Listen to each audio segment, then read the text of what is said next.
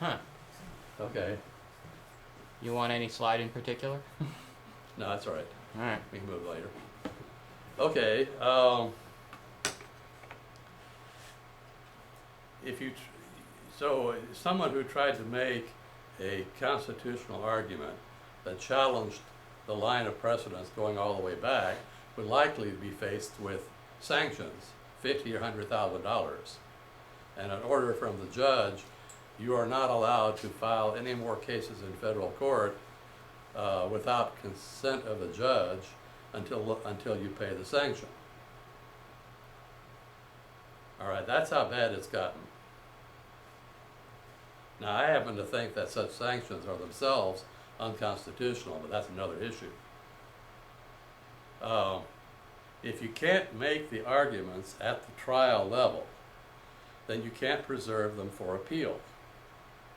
And if you can't preserve them for appeal, they'll never make it to the U.S. Supreme Court, where you're supposed to not advance arguments that haven't been made in the lower courts.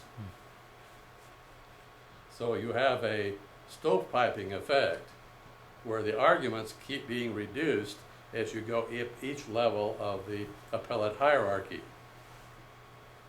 Now, an amicus filer can come in at the high level and introduce new arguments, but he's liable to be ignored. So we do have, there are a lot of impediments to reform through litigation.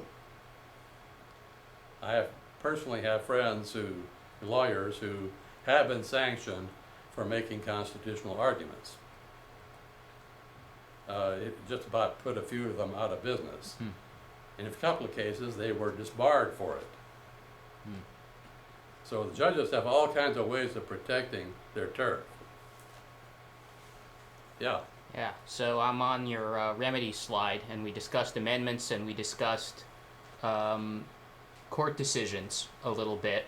And court decisions doesn't sound particularly promising, but that still leaves several others on this list. Court decisions are something that we have to pursue if for no other reason than to demonstrate it won't work.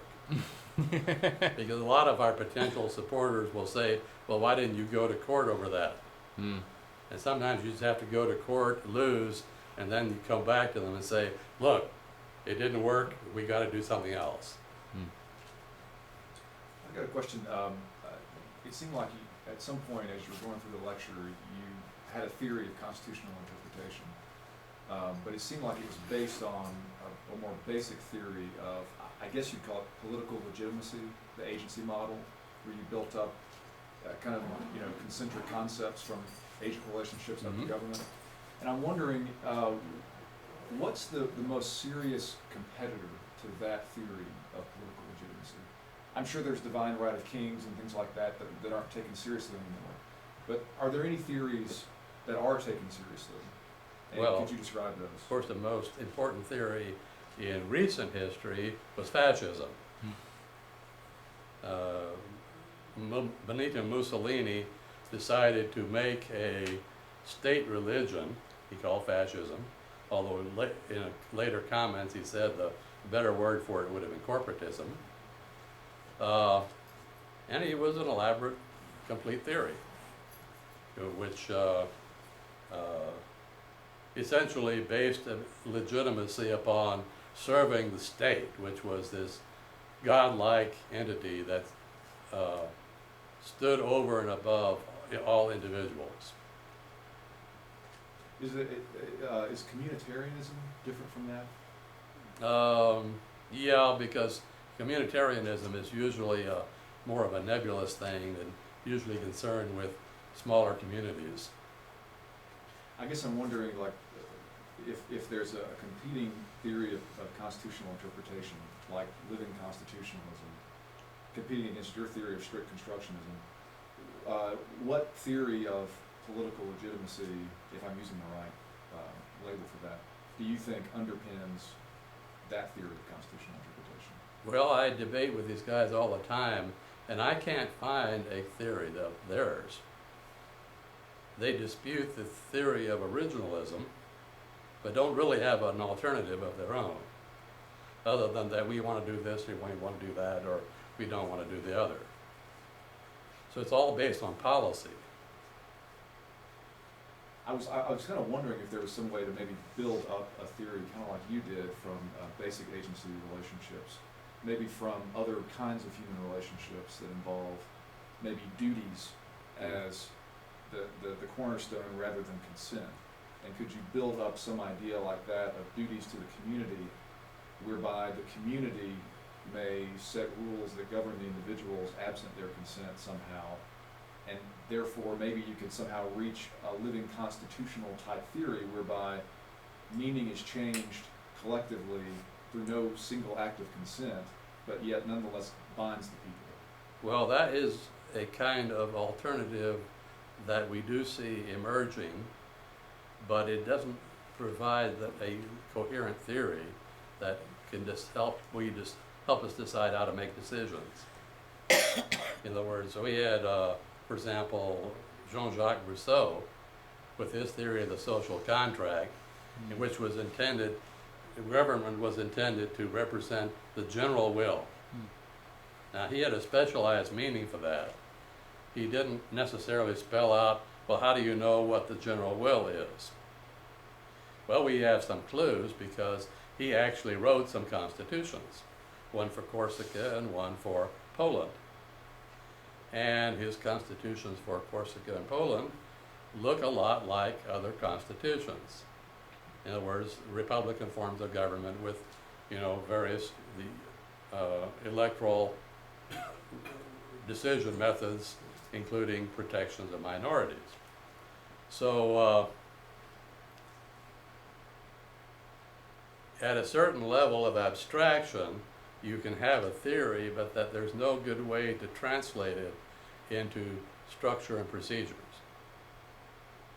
much less into specific rights, powers, and duties. It's when you try to get below the highest level of abstraction to the middle levels or lower levels that you run into trouble. And those who have tried to construct a theory of law under which the courts are actually operating, hoping to beat them at their own game if we can just figure out what their alternative jurisprudence is, we can beat them at it, generally wind up frustrated because, as it turns out, once you start deviating from the Constitution, there is no rule of law. It becomes the will of each individual judge or prosecutor or administrator or anybody else. They're just winging it. They're making it up as they go along. And if all they're going to be doing is winging it, it's a little hard to find a theory within that, other than power and protecting it. Thank you. Okay, so one of your slides, the slide on morality in government, said that sometimes you Where must is do that? evil. It I'm trying was to figure out where it is. somewhat in the middle, I think. So, but it said morality in government. Sometimes you must do evil to some to protect others. Okay, and I was just wondering if that was the viewpoint of the framers of the Constitution, and if so, what is meant by evil. For example, if all parties agree to abide by the decision of a court, can the verdict be considered evil to any, no matter what the result? I'm hunting for something that. Here we There go. it is, right. Well, that's a big, important question. We could devote a lot of time to that. Because it comes down to, if you can't do right or good by everybody, then how do you decide how much wrong to do to how many and where and how and why and so forth? So you get down into the details. It's the old problem, what happens if you're in business and you get into trouble financially, you've got a lot of creditors, they're all trying to get paid first. And what is the purpose of bankruptcy? Well, the purpose of bankruptcy is to provide some order in that process so that it's not just the first creditor that comes in, seizes all your property and leaves the other creditors high and dry. Usually in a bankruptcy, you try to pool your property and divide it more or less evenly among creditors, with certain classes of creditors, that is to say, certain protected creditors, having preference over those who are, unsecured. Hunting for the slide containing Schmitta. That's near the end. There we go. Yeah. So, I know many people who've been in that position.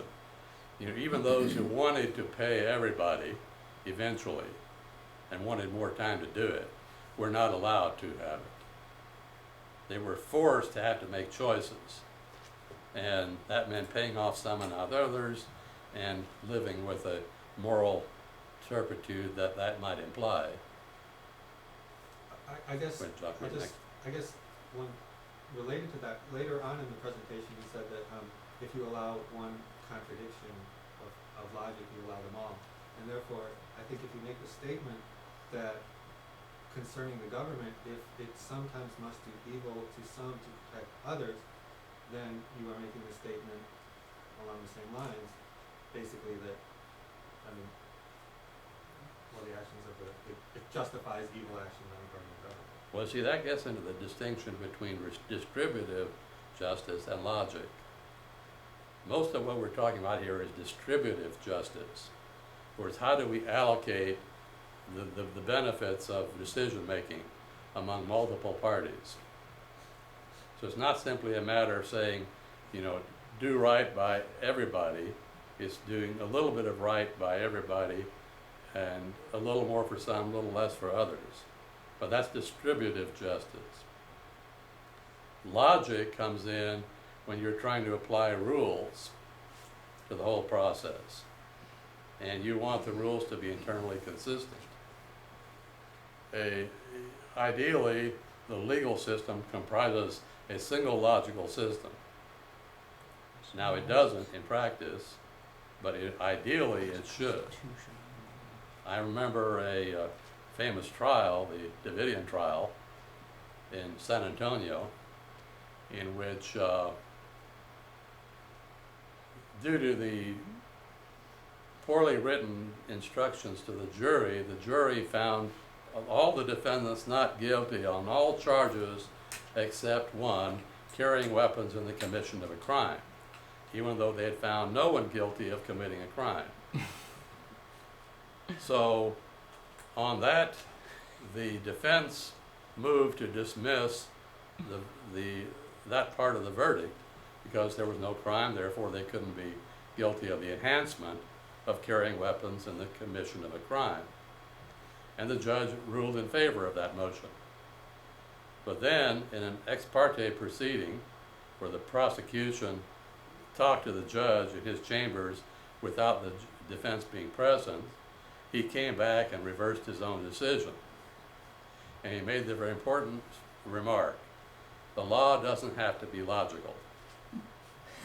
That judge was federal judge Walter P. Smith, who is still sitting on the bench. Well, did that go up? Not that part of it. The sentences were appealed, and the Supreme Court declined to hear it. Why would, if that, it doesn't make any sense that wouldn't have been appealed? Political. Nobody was willing to touch it. The establishment, in the form of the FBI, the ATF, the Department of Justice, they were all set to punish the Davidians any way they could. And they weren't going to tolerate anybody thwarting them in their effort.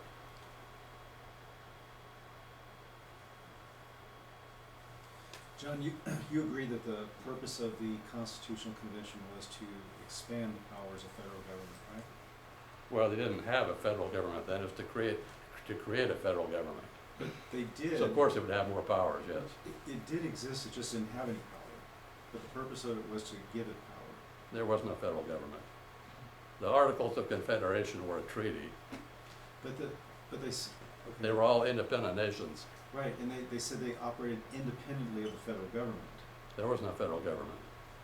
I think there was, it No. just didn't have any power. They didn't have any power because it didn't exist. Well, then who were they independent of? They had a Congress which met, and it was the government. There was no federal government as such. It also had no powers, but there was no administrator to speak of, no executive, Right, and so, but and no court system. I want to make sure, I understand where you're at with this, as far as there was a federal structure, it just had no power, and the purpose of the convention was to give it power, but you're saying that the powers that were granted were meant to be construed strictly versus broadly. Right. Okay, all right. Jacques, we're finally getting around to you. Going to the originators of the Constitution, the Tories and the Whigs, and from generation to generation, which is what the founders intended, that it endure over time. No, they wrote it in such a way that it would be useful far into the future. Let's bring Tories and Whigs through Mansfield and Coke and de Tocqueville to now, and to your statement, civic virtues decline, and the fact that at the origination of the Constitution, that was basically on the way to becoming what it remained until the 1960s, a Christian nation. And so the decline of civic virtue did not in your list mention the loss of religion in the conduct of the citizenry, because the higher power of the idea of something besides self, or citizen sovereignty, was the basis of governing behavior. And Christian behavior meant for the good of everybody. Read, what the instruction was. Well, So I the included. alteration of only half the nation being Christian, or maybe a fifth of it, or whatever it is now, altering conduct. The change of the fact that de Tocqueville saw and commented on, everybody goes to church all the time in America and the New World. It behaves as though it is a religious country, and then he discusses that at some length. Yeah, well, And now on we my cannot say that. on my So slide, the conduct is different I because l- of I- the loss of religion. I lumped religion and churches into civic organizations Yeah, of all kinds. I know. There's only so much room on a slide. And they were primarily civic organizations. I mean, they had a religious role, but it very soon developed that people lost sight of religious sectarian doctrine and came to view churches as primarily social service organizations. By the 1840s, that's what they mainly were. But it affected behavior right up through my lifetime, until about the 1960s. Everybody went to Sunday school and learned you better be a good girl and for the good of everybody. Yeah. It was a powerful philosophical basis for our conduct. And then now I question, are the Tories and the Whigs, the modern liberals and conservatives, are the Whigs related to the Republicans and the Tories to the Democrats of current time? Actually, the other reverse, but And then it became the reverse. yeah. So now, the Whigs are the Democrats and the Tories are the Republicans. So, yeah, but it's not a perfect match because you have two groups today that are both seeking larger government. So basically, you have two branches of the Tories. The Whigs today would be the Libertarians. Oh, thank you. Maybe the Tea Party people, if you want to throw them in. Just to add something, as far as remedies, most of them seem geared towards a national model. Much of the stuff I'm reading these days, and the ties in with some of the stuff you're talking about as far as some of the big collapse that seems inevitable, there's a lot of movements locally now, as far as groups getting together to basically do things on their own and divorce themselves from, say for example, large corporations as much as possible, and just create internal structures to try and deal as best as possible with what our foreseeable future seems to be. Any comments as far as local movements to address these issues? Well, of course, and that's what I try to encourage. A lot of what I do every day is encouraging local groups to form everywhere. I mean, this would, I didn't help form this one, but, and in speaking to this group, that's part of the kind of thing I try to do all the time. The more local groups we get going, the better. Hopefully they'll eventually coalesce into a broader movement that will improve the situation for all of us. But it is frustrating because, you know, let's look at this group. We are a highly educated group, very civically aware group. It may be organized around philosophy, which is, some would say, sort of an idle pastime. But if you go to most civic organizations, it's mainly college-educated people. And we're losing the vast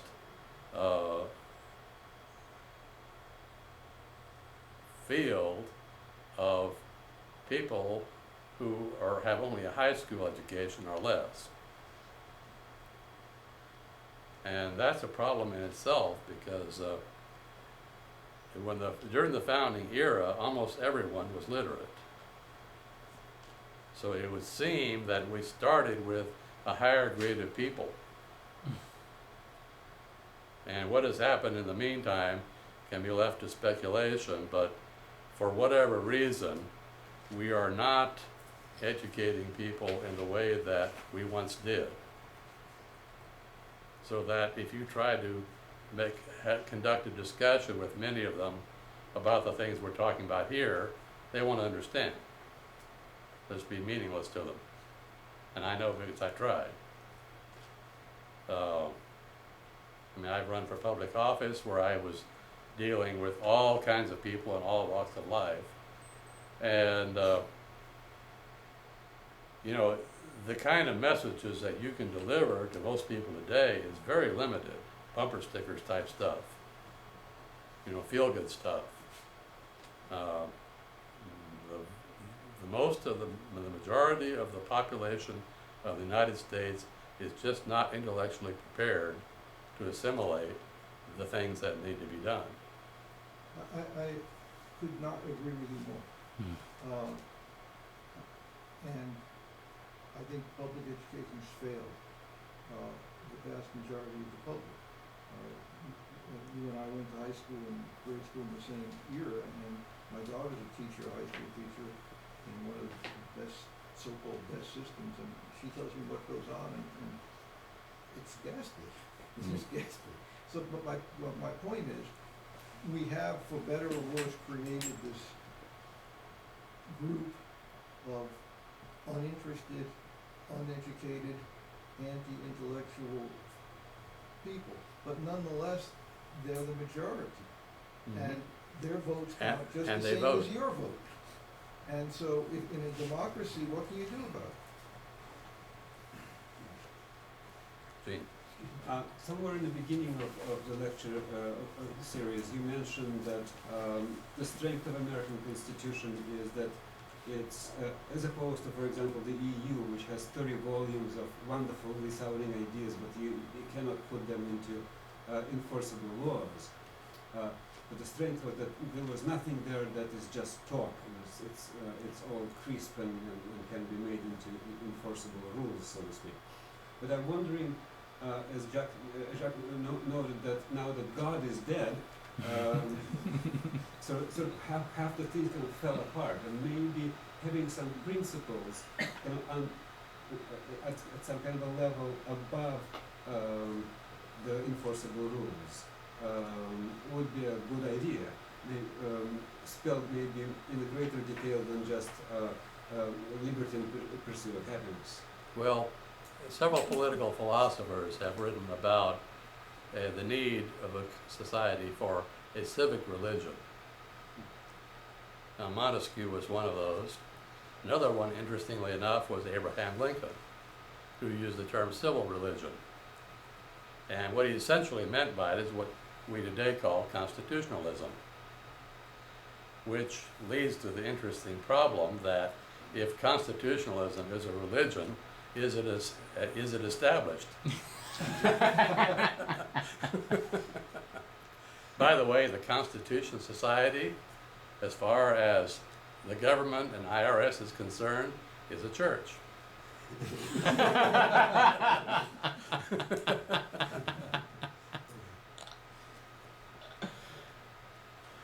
Well, I think we're about out of time here, unless somebody has something pressing. Steve, we'll give you one last lick here. Right. If the church Ray, can I mean- ordain, What? if the church is there, cannot ordain. Yeah, put on a white collar. That's the idea that I Steve, think God is dead. Right. I think the failure in education is by intent. I believe that there's those in government and corporations who do not want a well-educated population for purpose. It's easier to utilize propaganda if someone's not well-educated. And also, I think it's laziness in politicians, for example. It's easier to have their buddies in Wall Street and these CEO executives that, you know, you give me all this money, keep my campaign, keep my power in place for decades to come. I don't have to go out and convince all the hordes, the masses, and just deal with just a few to maintain my position forever. It's easier for them, and I think that's by design. Yeah, although it takes some interesting turns. I'm a mathematician by training. A lot of other guys who major in math and do well at it go to work for Wall Street, where they're put to work inventing all kinds of unusual financial instruments. I get to talk to them from time to time. We have some interesting discussions. And what soon becomes clear is that as bright as they are, and of course I can understand what they're talking about, they don't know what the hell they're doing. These are our best and our brightest, and they are clueless. And if they're clueless, what is the situation of the rest of us? Looking for the slide where there's the commentary about financial instruments not being understood even by their inventors. That was actually a previous lecture. Oh, okay. Okay. Well, just to respond to what you said, since you threw my name out there, I had to defend myself. You know that I read theology and astronomy and physics every night of my life. And I have a belief that all the arguments about religion and science can, for me, be condensed into the origin of the universe had an originator. We haven't the foggiest notion of who that was or what that was. Maybe the hydrogen atom. I meant your comment in Nietzschean sense, strictly. I know. That God is no longer ever-present element in the life of many people. We talk about that all the way down here and back. Whatever gods there may be, according to Lucretius. Read Lucretius. The Okay, gods well, I guess we probably can- are not interested in us individually. Thank you, John.